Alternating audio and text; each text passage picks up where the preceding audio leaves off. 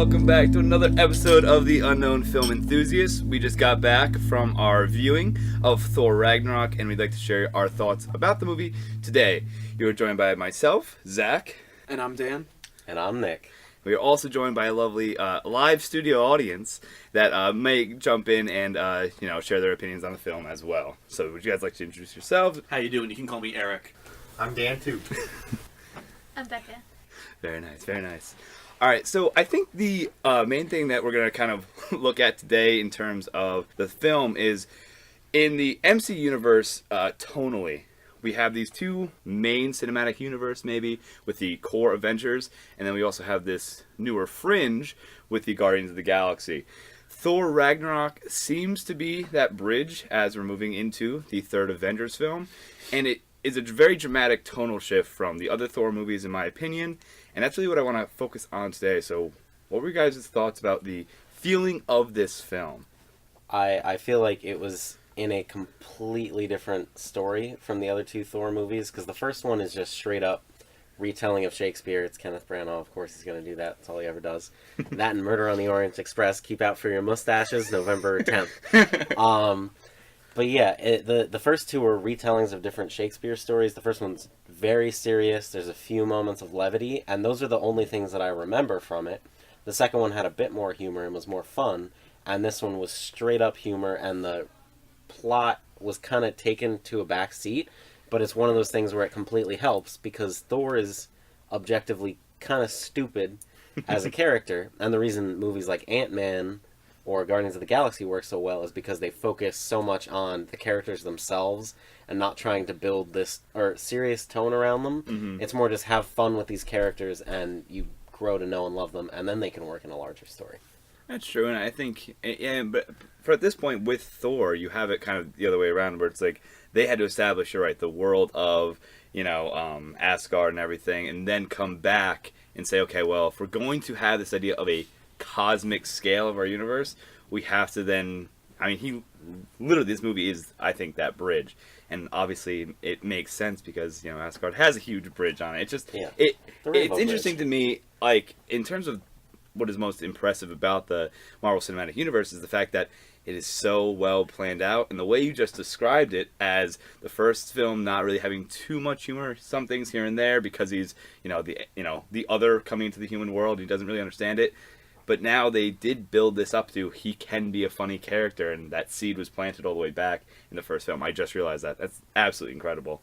But like this film in particular, I will say going to it, I was like, the first thing I thought was, are they being a little too meta here? Like it was a little uncomfortable in the beginning. I was like, does the movie know itself too well at this point? It felt like Heavy Metal, the cartoon from the 80s, as opposed to Thor. See, but I think I agree with you with where they are pushing the meta a little too much. But what they're doing here now in this movie, we see the immediate solution after the comedic moment where it's kind of a little awkward. We see that immediate they're going to bring us off and push us in another direction, which helps us continue on throughout the film.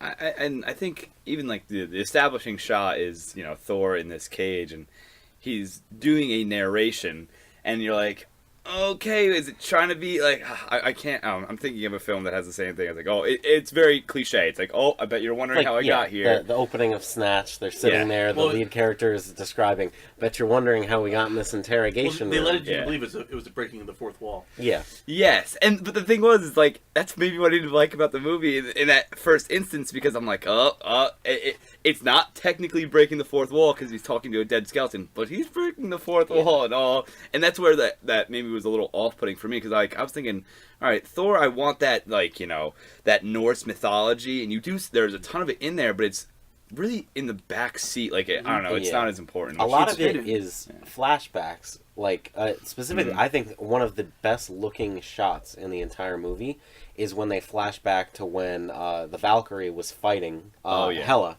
And just this scene where just all the clouds are black, there's thunder and lightning coming through, and you see these Pegasus beasts flying in, everyone with swords, and it's like an old classic painting. It kind of reminds me of the beginning of Wonder Woman, when they're explaining all that mythology, and it looks really cool. The thing is, I feel like they went into this movie going, well, the mythology stuff maybe didn't really work with the first two movies. People want it to be more lighthearted. So we're going to put it in the back. It's still there.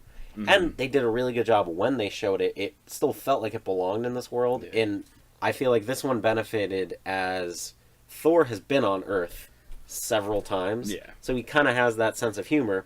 And he, unlike the very first Thor movie where he's fish out of water on Earth, now it's almost like he's fish out of water on Asgard or just in his home areas. Because, it just, even the first Thor movie, I don't feel like I knew Thor until the Avengers happened. And then he's better in the second Avengers. Thor the Dark World, can't really remember much of it. Yeah. And this movie finally comes into his own. And if you told me Chris Sure. Hemsworth would be the comedic center of the Marvel Cinematic Universe that he seems to be building towards... You didn't get that from Ghostbusters? Chris Hemsworth is the only good part of Ghostbusters. Sorry. That and the tangent. wonton delivery man, but I digress.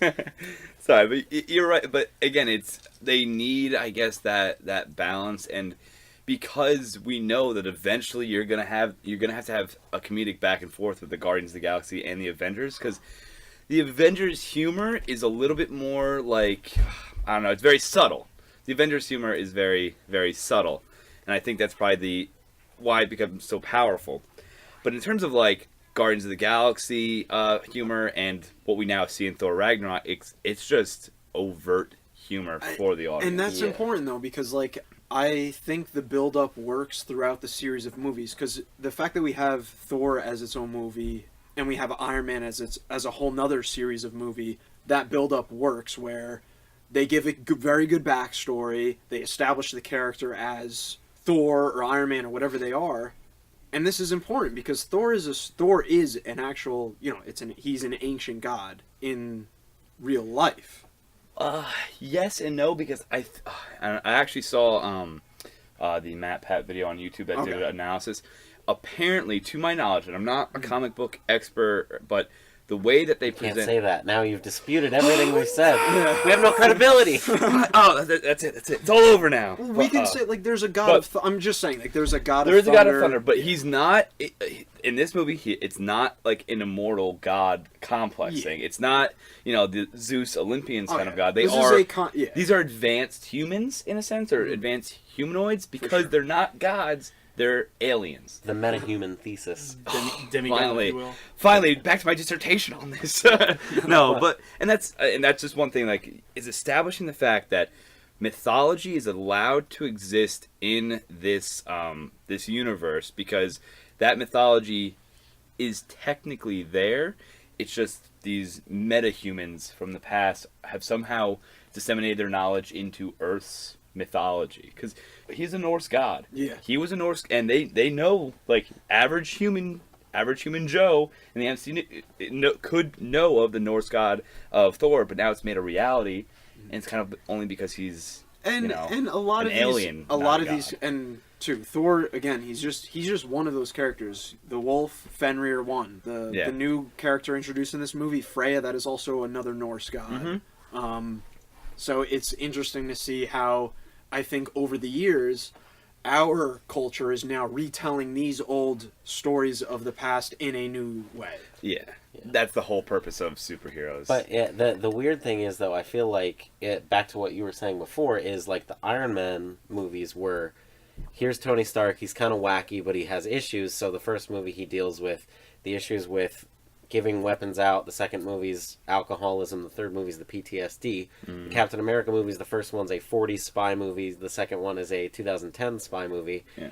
Guardians of the Galaxy, they're both kind of straight up cosmic comedies, kind of like Star Wars. And then you get to the Thor movies where it's very serious Shakespearean telling of this epic for two movies. And then it turns into Guardians of the Galaxy. Yeah. And I feel like I like that. It's better to bring it into the universe.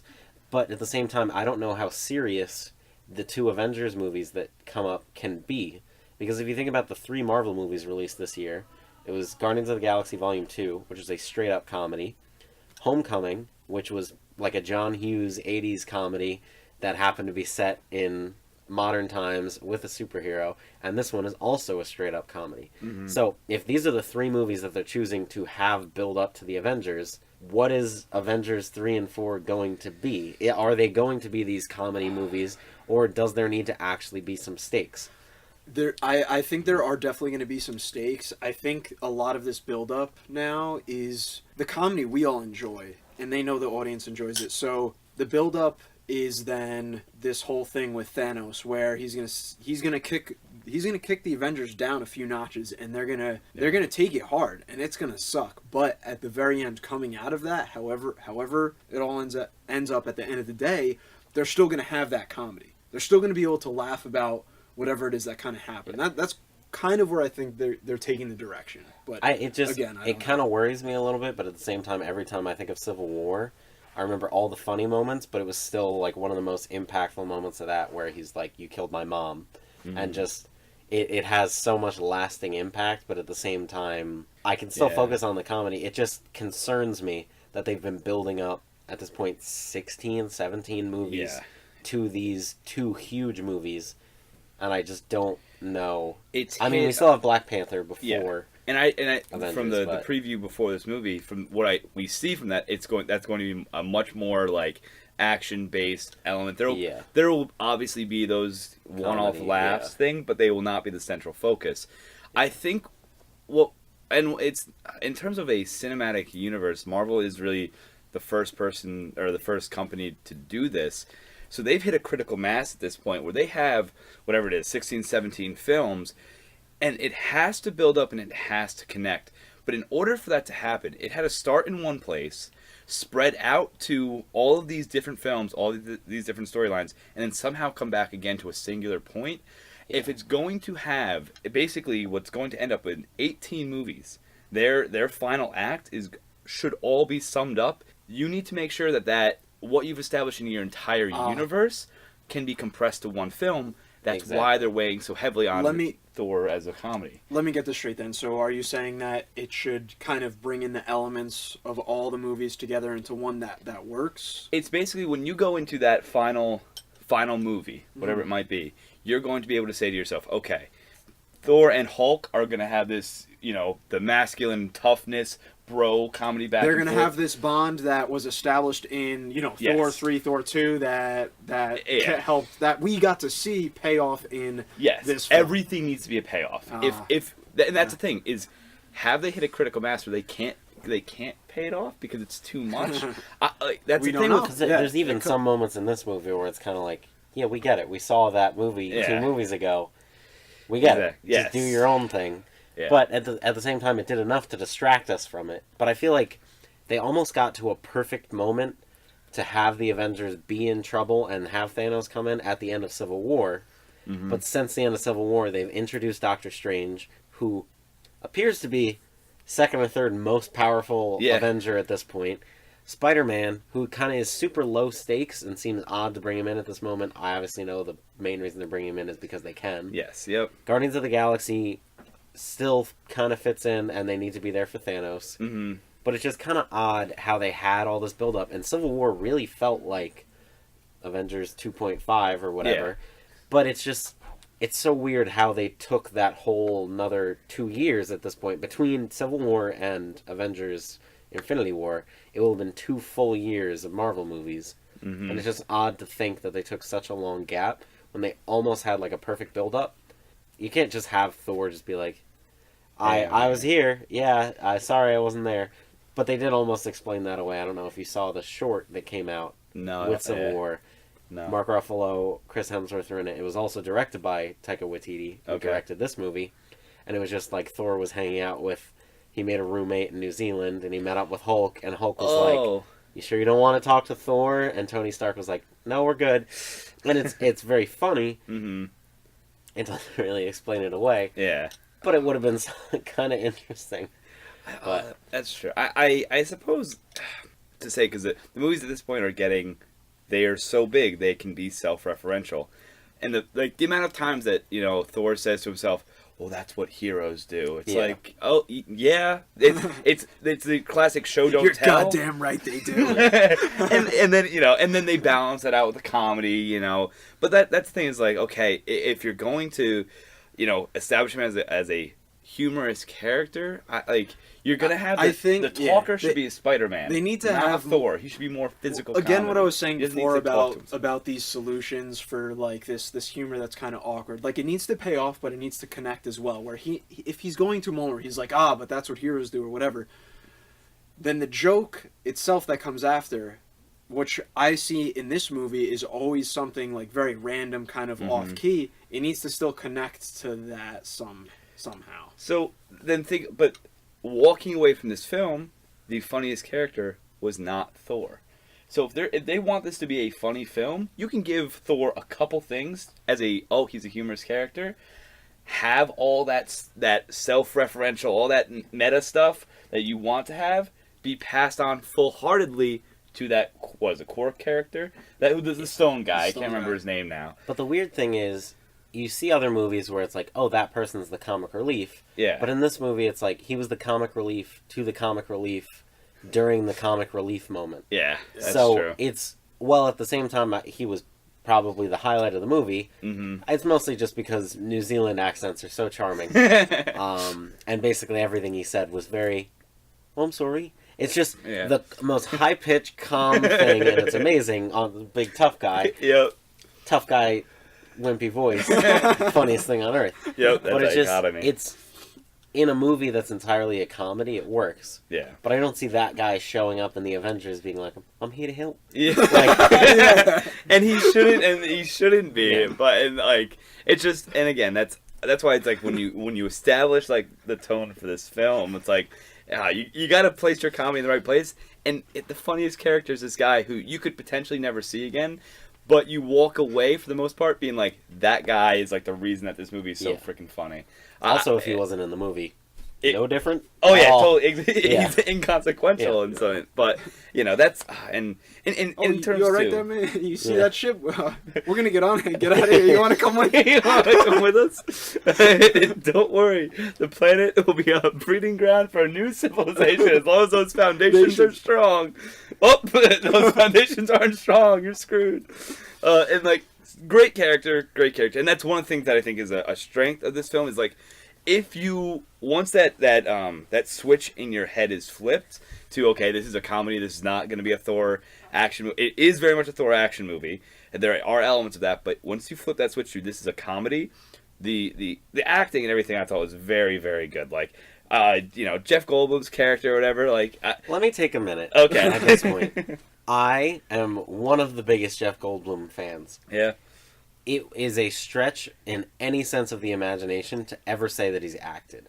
Because all Jeff Goldblum does is appear in movies as himself, and everyone goes, what a charming individual. that's true. But at the same time, think about Jurassic Park. Yeah. I'm stuttering, I'm going to touch my hands, I'm going to do this, I'm going to be a little bit charismatic, I'm going to talk a little fast and then slow. Grand Budapest Hotel, same exact thing. Life Aquatic with Steve Zissou, exact same thing. This movie, Okay. exactly the same. Jeff Yeah. Goldblum is very good at showing up and taking our mind off of everything else. Jeff Goldblum, I will spend the rest of my life with you should you wish. But it's just, yeah, I feel like it's, tangent, but I feel like it's kind of hard to say, And he works. great actor. He works in these films where they bring him in as that character Exactly. to be Yeah. himself. Yeah, but you can't have the Grandmaster Flash or whatever the hell his name was. That's true. Yeah. Yeah, you're right. But if you're looking at this as because at the end of the day, this film needs to it's always a buildup of like characterization. Essentially, we will never see Jeff Goldblum's character again unless it's in a side mention again. Yeah, like he won't exactly. be consequential. And then, but in terms of, I mean, the real takeaway from this film is the relationship between Hulk and Thor, which they had already established a little bit, but now it's kind of been solidified. in the first Avengers, Hulk beats the shit out of Thor, and it's kind of interesting. And then he beats the shit out of Loki, and that's the funniest part of this Yeah. movie is how scared Loki is. And the second, they're just kind of like, oh, we're a team. And it was funny in this how he was trying to do the Black Widow thing and like calm him down, like yeah. it's getting real dark or the sun's getting real low or whatever. Sun's getting And it's low. just it's funny to have that sort of relationship, and I feel like that is one of the biggest benefits of this movie Yeah. is in 2012 when they first showed the Avengers and they were like, oh yeah, Thor and Hulk are going to be like BFFs. Yep. It sounds completely out of place, but they did such a good job of doing it that I'm very excited to see them work it out. I wish they'd do it with people who haven't met up. Like, at the same time, I don't want this movie to just be someone poured a bunch of different colored Legos in a box and stuck them together. But if somehow they had interacted with the Guardians, which I think is the beginning of Avengers, we'll get to that at a certain point when I talk about the leaked trailer that apparently I only saw. But in terms of meetups, though, the beginning of this movie is a meetup with Doctor Strange, but not an official Avenger. Not an official, but is he not going to have a part to play in the war to come? He is, but my point is, of all the the characters to build with, we almost kind of expect them to do it because Thor was in a big fight in New York City, and Doctor Strange was like, "I live in New York City," like that makes sense. I it's guess interesting when you see Thor first show up with the other Avengers because you're like, how did they bring this cosmic character in there? Yeah. And at this point, Guardians of the Galaxy, I was expecting the second one to somehow have bigger ties, and then after it didn't, I was like, well, Thor is somehow going to connect it. Yes. And it did it in a good way where Thor basically, this movie feels less like there's Asgard and there's Earth. It feels more like there's this whole universe and there's Earth, which does a good thing of tying it together with the Guardians of the Galaxy. But at the same time, it never really feels like the Guardians of the Galaxy would ever visit any of the planets they were in. Yeah. Aside from the fact that Jeff Goldblum kind of seems like the tall gold lady from Volume 2 of Guardians, but... Which is okay. It's weird where we see like these odd places. Like, I like that in this movie we kind of see that the other side of a different realm of a new planet or whatever.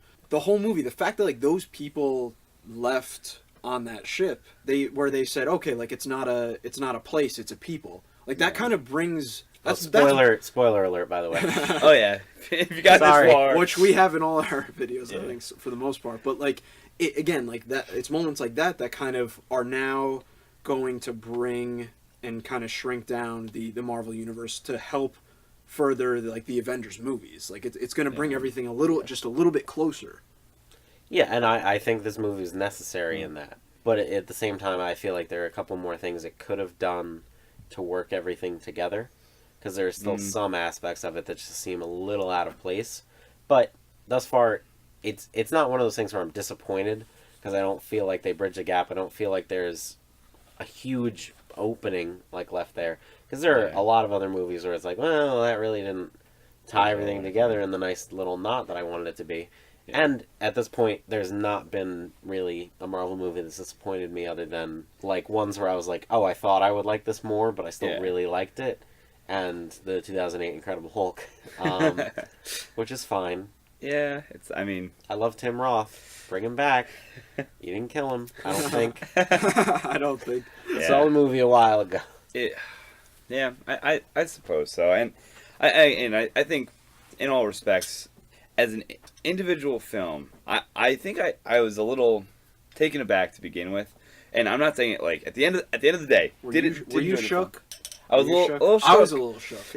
In the beginning, I was like, oh no, they get too much, reel it back. But then as the film went on, I was like, this is exactly what this film is meant to be. And you had to my suspension of disbelief didn't come at the opening scene. It came probably much later on. Probably to me, it came right when Thor was fighting with Hulk, and there was that one moment where he's like, hey, he looks over to Loki. He's like, hey, Loki, look who it is. And seeing the look on Tom Hiddleston's face was priceless. That is perfect acting, because he didn't have to say what he was thinking, but we knew exactly what he was thinking. I must say too, a really big highlight for this film, I love the relationship between Loki and Thor. Absolutely. Because Loki was first presented as this ultimate bad evil guy kind of thing, but that's not the character part he has to be. Yeah, it's not what he has to be. There's no character that is all evil, and I feel like that's why, if you think back to every villain in every Marvel movie, you can remember 3 of them, Yeah. Because for the most part, yeah, it's Loki, and Loki was so good in Thor. They were like, he's the villain in Avengers, and they've brought him back so many times just because he's so charismatic, and Yes. he's more than just this. This I'm mischief, bad. yeah. 'Cause, even in the second Thor movie, it's the Dark Elf. Mm-hmm. How much do you remember about the Dark Elf? I don't remember his actual name. Nope. And that's almost every villain. See, Yeah. I look at So- characters like this, and I think of the sister to she was the blue girl, not the green girl. Oh, in Nebula? Nebula. Nebula, I think of Nebula from Guardians. Like that's that same thing where it's like you kind of think she's really bad at first, but then like you realize why. Exactly. Yeah. In Familial a somewhat stuff. related note, because we talked about like how this has worked with the other movies and just the different references. If you were someone who was only just stuck to maybe Avengers 1 and 2, or maybe one outlier or something, do you think this is a good movie without all the homework? Because the thing is, all I can think of is my mom, who has seen the Guardians movies, the first Captain America. Eric, I know you've seen one Avengers movie, and you've seen Civil War, and Have you've I? seen... We saw Civil War I don't together. remember. See, I've seen none of the Thor movies. I don't even know. I barely remember Loki. I've seen That's a shame. no, they're good movies. I just haven't No, really seen them. I've seen them both, and I unfortunately it's been too much time where I have Having not done the homework, completely remembered I it. still enjoy the movie. The Thor- and it backs it up yeah. enough where the only thing that I can like off the top of my head think that you might need to see the movies is the relationship between Loki and the Hulk. All right. So, in terms of you're saying that in order to understand the key relationship between the Hulk and Loki, you didn't fully understand that because you hadn't seen the initial first. Because I had seen those movies, that's something that made sense to me. Oh, okay. Whereas Oh, a random Avengers. person may not understand that. They can, yeah. Yeah. And that you bring up a good point because that moment where he was like, now I know I want you to know what it feels like. I had to think back. To Yeah. like that like Oh, that whipped was around. Avengers. That was Avengers. Avengers. Yeah. Okay, so. See, Which is what I had seen. That's the whole thing. That's my whole point, though. Is like it's very easy to get mixed up in the Marvel universe with all these different Yeah, movies yeah, coming out. yeah. So Oddly I- enough, 30 seconds after that happens, Hulk does the same thing to Thor. Yeah, Which is made the funny. audience laugh because that, one, it's a funny moment, but two, maybe someone may not have gotten that if they didn't see it Yeah. sure. That's it. But it's one of Like, those why is things everyone where laughing so much? Because it's, Yeah. it's funny. it in the first translates really well depending on whether you've seen it or whether you have no real idea. It's just it's one of those things where it's so nice to have all this backstory because I feel like you're getting a lot out of it, but at the same time it carries a lot of baggage with it. And Yeah. as someone who has only seen Thor 1 and Thor 2 one time each, I think both when they came out, I have a memory of the story, but if you ask me a lot of plot specific points, I do remember that Loki faked his own death, and then at the end of the second Thor movie, you see Odin in the throne, and then it transitions, and it's actually Loki. And that is interesting. It's one of those things I could have easily forgotten, and I wouldn't be upset if someone did forget, Yeah. because those movies are kind of a little bit, in the grand scheme of things, they're a little bit forgettable. So, and I think you're right to say it. So, like, the first time I saw the first Thor, I saw it twice in the theaters because the first time I actually fell asleep in the theater after the Ice Giants, and that's the I was first time I've just ever gonna done say that. that, yeah. I don't know what happened. It happened. I fell asleep. But in I'm terms scared of to watch it again because I feel like I won't like it as much, so I'm just leaving it that way. But as a standalone film, and again, I have seen all three. I don't remember Dark World very well because at the time I was just watching on Netflix. I wasn't as fully invested as I probably should have been. But I'm coming away from this film, and I'm like, of the Thor movies that I know, this is the one that I have the most emotional attachment to because it is a good and funny film where I didn't have to. Once I bought into the fact that this was a comedy film between two super strong, ridiculous, meta god human people between Hulk and Thor, once I bought into that, I was like, okay, this is a good film, and I did enjoy it. There was no point where I was like, well, aside from like I said, my first initial reaction to it, after I bought into it, I did enjoy this film for what it is. So as a standalone film, if you tell people, oh, well, I'm going to this film, and if you don't know anything about it, just imagine that it's these two guys having a little bit of a bromance over how strong they are. You can walk away being like, that was pretty funny. Exactly. You might not get the little subtle humor between what they're relating to in the past, but it is funny to see these two guys, like, beat up on one another, but still be like, hey, I know that guy. And then they get into a gladiator battle. It's like the most brutal thing ever. It is a good standalone film. Is anyone going to see this film that, like, no one's going to, I do not believe that anyone's going to be like, you know what? It's about time I start watching these Marvel movies, and they Well, start with this the one. third Thor movie. Yeah. There's Yeah. no way. I feel that. But just, I don't know if this is a fair way to look at this, but just in comparison to other movies that you've seen this year, where does this fall in that? Because personally, I feel like it's fun, and I enjoyed it in the context of it, but whereas in like a Marvel Cinematic Universe, I'd give it high ranks. As a movie. movie. As a movie, it's a strong 7. Yeah, I see your point there. In terms like this year for movies, like movies that I deemed as like really comedies, I haven't seen too many, but really just Spider-Man I thought was really good and funny. Same thing with Thor, but those are both Marvel movies, so I don't have like that litmus test or whatever. Doesn't You didn't work. think Dunkirk was funny? I was laughing out I love it when loud. you couldn't poop. I was laughing out loud at how ridiculous that plane turn was. At the How very end. dare you? We're not going down All right. that road. Long-time listeners, next week we're going to come out with a video. It's called the Tom Hardy Plane Challenge. We're going to explain the physics of how Tom Hardy turned around midair, and Mr. Zach is going to eat shit. Call bullshit. It's all bullshit. Anyway, tangent ended. Getting back to like funny movies is a funny movie. But again, like in terms of a movie like quality film, You gotta no Marvel yeah. movies gonna get an Oscar except for maybe an effects thing because they had a shit ton of people working on the effects and they were pretty good. But even so, the scene where they were by the ocean, I was like, "Is this green screen?" That was You okay. never see it. The Norway shot was bogus. Yeah. Yeah. They shot in New Zealand, and they're also a Marvel movie. So go sit by a cliff. Yeah. I completely, Yeah, I can that understand was some things. Yeah, Odin fades away, but he faded away from one CGI land to another Yeah. CGI land. VHS tape. Yeah. That's what it looks like. He got sucked into the TV like Poltergeist. In terms of like the Hulk visual effects were incredible, but there were some standout points where I'm like, okay, the VFX are a little wonky there. This ties back to I think what Eric said before about some of these effects being very 80s. That's not what I was going for. Okay, But I see what you're coming from. but there was visual one point, style 80s. visual style. Yes. Yeah, visual style. I think that's probably Or like vibe. Yeah, Yeah. I had an 80s vibe. But I Yeah, don't a agree lot with of that. times, Something like, for example, at the end where they're all fighting on that big walkway, like the boardwalk, you can call it. Yeah, the bridge. The There's a Rainbow character. Bridge. Rainbow Bridge. Quark? Was it Quark or Quark? I think it was Quark. I think Quark. I think maybe it was Quartz because he was made of rock. No, it was Quartz. Get it? But he has a friend that has 3 heads. Oh yeah. And when that character dies, he falls face first, right? I noticed how bad that looked. Yeah. That looked like 1990s CG. I was like, it just looks really weird to me. And then other shots of the Hulk I thought were kind of odd. Of course, in general, it's a really great looking film. It's Korg. Korg. K-O-R-G. See, now I think it should have been Quartz. Oh, like the keyboard. Yeah. Korg. But again, like that's literally semantics. But I think the biggest issue when it comes to like things that are computer generated is specifically the interpersonal fights. Because I felt like obviously the Thor and Hulk one, that can be as fake looking as possible because you know that there's no stakes. suspension of disbelief as well. Yeah. There's no point where I was like, oh my god, Thor's gonna die, because obviously not. This is a Thor movie. Hulk's not gonna die because the Avengers would lose. But there's just, if you think back, everything always leads back to the Sam Raimi Spider-Man movies.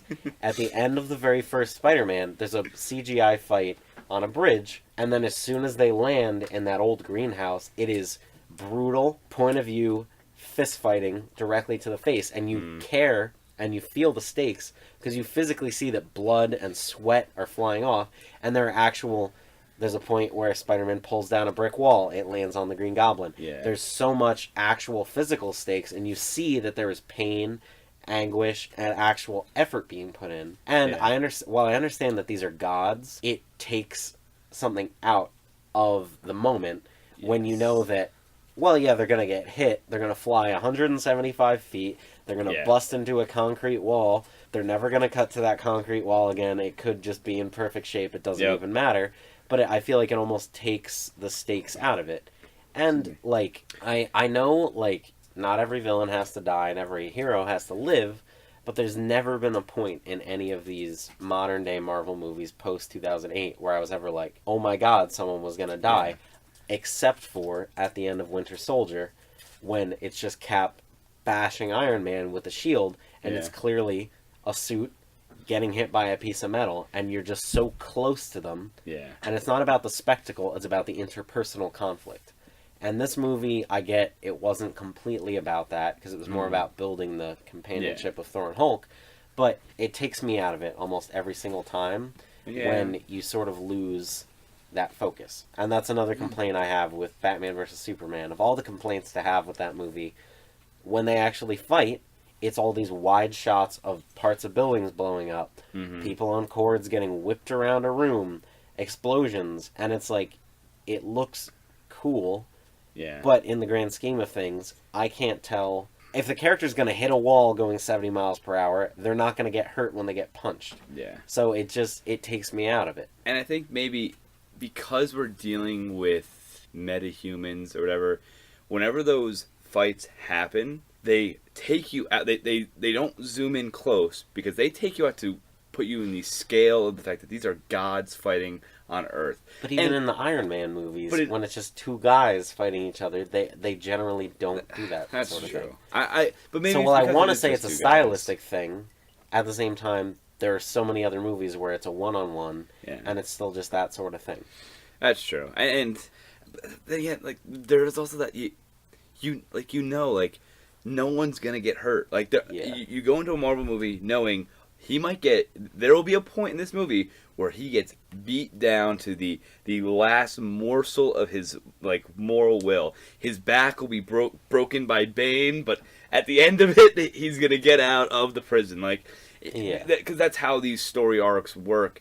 So you're right. If you want to make that payoff of the redemption more meaningful, you have to make the fight or whatever it might be that brings them to that low point more personal. And I think you're right in that sense.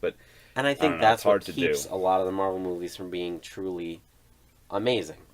Because they're never willing to make the sacrifice that might prevent them from making money next summer. Because they're not going to kill Iron Man because, number one, there's 4 more Iron Man movies planned out in the schedule, and nothing's going to mess that up.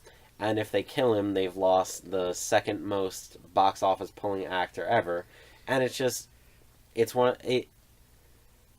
fun to watch the movies, at a certain point they almost feel like nothing. Yeah. And Spider-Man was fun because there was almost no interaction with anything else, and he was just like, oh, it's just like a kid. I don't expect the kid to die, but he's learning a lesson. But there's a lot of times where, like, Iron Man 3, he kind of overcomes his PTSD, but it kind of becomes a backstory thing, and it just turns into him fighting another guy who wants to be Iron Man, and it kind of loses it. Again, I think all of these complaints are answered by the fact that this is a cinematic universe. These are chapter. Yeah. Every chapter has to have a story arc. Every chapter has to have a circle of some kind where something happens that's integral to the story. But when you're watching a movie for, I don't know how long this movie was, but 2 hours, whatever it is, I think it was 2 hours and 4 minutes. Yeah, or something. You have to go through all those steps. Yeah. But then those steps go into a much larger universe where you have to imagine you just sat down and you read a chapter of a book. There's still 30 chapters left to go. Something has to happen in those chapters. True, because I'm enjoying all the movies, but I'm getting disenthused by the fact that I agree a little bit. Between the movies, nothing happens. And if you just go from Avengers 1 to Avengers 2 without watching anything, you're fine. And you know what? It seems almost it seems almost like at least that's how I feel about it. If we're looking at this as the idea that each of these movies is a chapter in a book, this is all just build up to what? True in a sense that there's going to be some movies where the Avengers or it's all going to combine. True. But here's the thing. Avengers movies must be the conclusion to an act. So, if you're looking at this as a 3-act play, right? Avengers 1 was the conclusion to all of the setup in Act 1. Act 2, the Avengers 2, they had to do even more setup for to the conclusion of Act 2. Now they're doing the same, and it's going to keep on getting larger and larger, where once you get Infinity War, which is broken up into 2 movies, it's going to be absolutely insane because you have to have build up if the final act is going to be paid off. The issue with this is 2 hours every year, and it's not going to pay off until you sit down with the final Marvel Cinematic Universe collection that you paid $200 for, or more than that, $250 for, and you're sitting down for let's say 5 days, and you're watching. So what through you're every saying is single when one. Infinity War comes out, you're gonna have to see every other movie prior to that.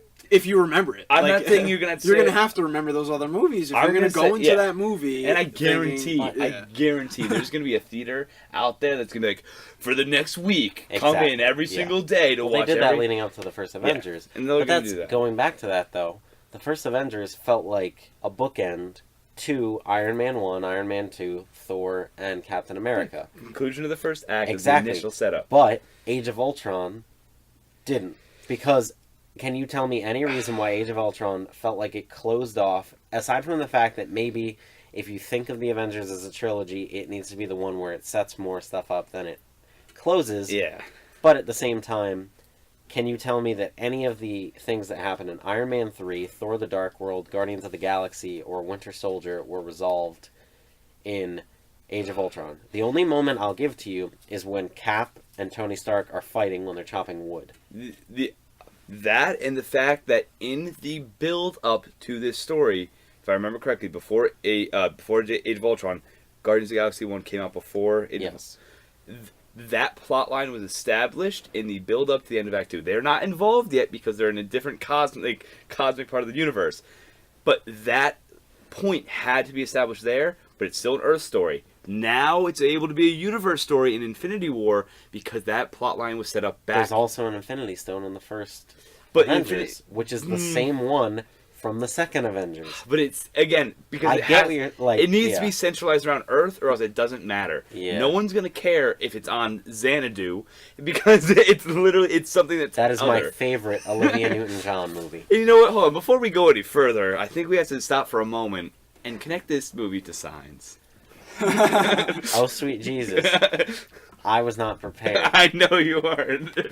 How could you spring this upon me with such little warning? Do you want to open up your tacos Mark Ruffalo now? was in 30. Matt 13 Damon's going in on it. 30 with Matt Damon's in Wait, this. wait. What did you just Mark say? Ruffalo's in 13 going on 30.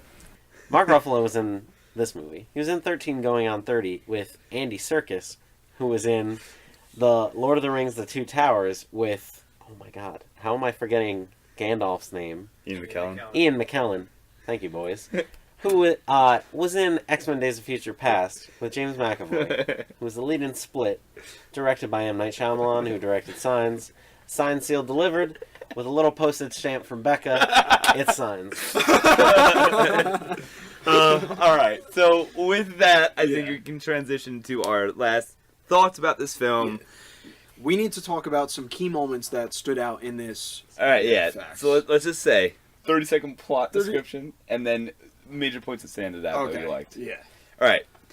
Okay. So before we go on to our final thoughts, let's just go through the movie, which was literally Thor meets the person that will go about bringing Ragnarok at the very end. He finds out about this, goes back to his Asgard, says, "Oh, you have a sister apparently. Isn't that crazy? She's gonna come back when I die." Listen, none of this Then matters. Odin All you died. need to know is that Thor went on the hero's journey, which we have seen. Oh, you want to go through the in hero's many- journey? Oh, yeah, Fine. hero's So he meets a wizard who's his father, apparently, along the road, who he's known for a while. No, see, but that's the thing. You're telling us the Temptress. hero's journey is a story that has been told time and time again in every single No hero such thing as epic. an original story. Sorry. No, but the hero's journey has key elements. So he meets. You want to go through Dan Harmon's story circle right know what? now? No. all I'm saying. Yes, Asgard gone, Thor go fly, no eye, Hulk good. Hammer smash. Hammer smash. Hammer smash. Hammer by. Thor no hammer. Thor no hammer. Thor and lightning. Fire. Thor no hammer. Thor Thor no zap. lightning. Thor realizes his true powers, and in so, he also realizes that Asgard is more than just a place. It's the people. It's the people. Hopefully that's enough for y'all. Just last closing thoughts. Closing thoughts. 10 words or less. 10 words Eric? less. Fuck off. All right. You do not have to do 10 words or less. I'm going I'm for not. it. I'm not gonna listen Comedy. to him. All right. Funny comedy Norse mythology, Hulk, Thor, Smash, Bromance. Ragnarok, next movie. Well, That was crap. you ready for your wrap? What? Here's my review in 10 words or less. More cool. Well, no, here it is. Ready? Good start. Worse than Spider-Man Homecoming, but more fun. I disagree. What I learned in boating school is how to drive. I think it was a fun movie. Fun movie, very. Minimal consequences. Kind of brought Thor to another level that I didn't think he could go to, and I'm very excited to see the relationships that build off in Avengers, and I hope to God they actually focus on them. Final thoughts. Key moments that I thought were good, going off of the whole hero's journey thing. The moment where Hela has him pinned down, right, towards the very end, has him pinned down on the railing, and he's about to learn. He goes back and he meets again with his mentor, which we see in the hero's journey in so many movies, which is a good moment here. I like this moment. That's why I'm bringing it up in particular. You must go to the Dagobah system. He speaks with his father then, and he's like, "Look, you don't need the hammer. That's not like where your power comes from. It comes from like you yourself, kind of." Here's Yeah, I love that. Fine, good. Here's my major issue with that. Guardians of the Galaxy 2, where he said, he might be your father, he ain't your daddy. That, as a father figure saying, you are more than you realize and understand, you can be greater and surpass your father, was more poignant and much like him saying, you're like stronger than me, son. It's like, okay, but the payoff there for the father-son relationship is not as strong in this movie, in my opinion, because it's just... Also, as soon as Thor goes, I'm not as strong as you, you know for a fact he's going to be like, no, you're stronger than, you're way stronger, or whatever. Like, that's all I'm saying. I think it's I think necessary. it worked. I think it's absolutely necessary, and I think it works in this movie. It's necessary, but... The fact that Odin died? But, no, in the beginning, you know what? Then fine. Have Odin say something before his death that then they then come back to. Because it's not a flashback, it's him thinking about what his father potentially would have said. When it was him and Hela conquering the 9 realms, he was absolutely brutal. Yeah, he was... Genghis Khan. And he was Genghis Khan conquering the entirety of the known world at that time. But then the last thing he says to his son, to little old Kublai, he's saying, "Hey, buddy." Wasn't Kublai his grandson? Nah, you bet it. Technically, yeah. Fine, semantics. History professor. What I'm saying is that the payoff there. Come on, you're stronger than me. You just don't know it yet. When he closed his eyes and he saw Odin, they could have just been like, "Oh, you're seeing Odin again," and then the lightning strikes down. Or he could have had the realization on his own. He didn't need to be told his realization. Present it in a more interesting way. The weird thing is, you specifically brought up the Yondu moment. I felt that line sticks with me. I don't think it was earned in that movie whatsoever. And I feel like if Odin had said something similar to that, I would have actually agreed with that. All I'm saying is that if you're gonna have a father and son relationship, filial piety, you gotta make it worthwhile. Is y'all my daddy? All right.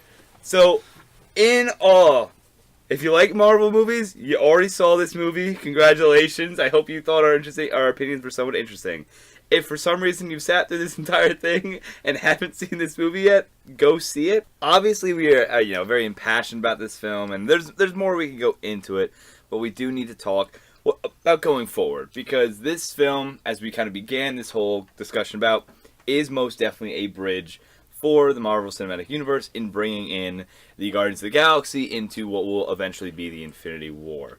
We should definitely focus on Infinity War forward, because Infinity War is going to be the culmination of all these different storylines. So going forward into the next Avengers movie,